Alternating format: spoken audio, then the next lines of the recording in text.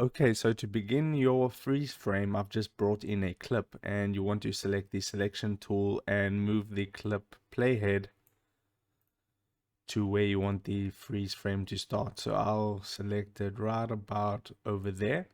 Now we need to make a cut in the timeline. So select the razor blade tool over there and then make a cut.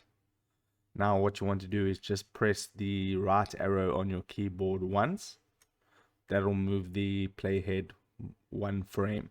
And then we want to make another cut right there. And what we can do now is we can zoom in a bit to see this better. And there we go. Now we can select the selection tool one more time.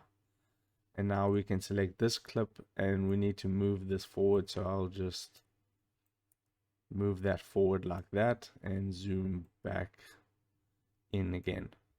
From here, we want to select the portion that we made a cut, right click onto it, and then you want to select change clip speed. So here, change clip speed, and then you want to select freeze frame and then click on change. From here, now this gap is a little bit too big, so I'm going to actually leave it like that.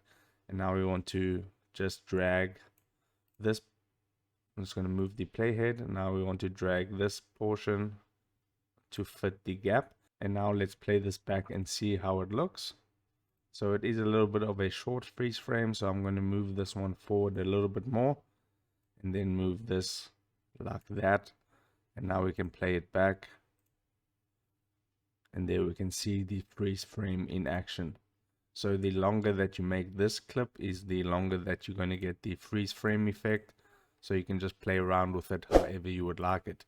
If this video helped you out, don't forget to drop a like on this and subscribe for more. And I'll see you in the next video. Take care.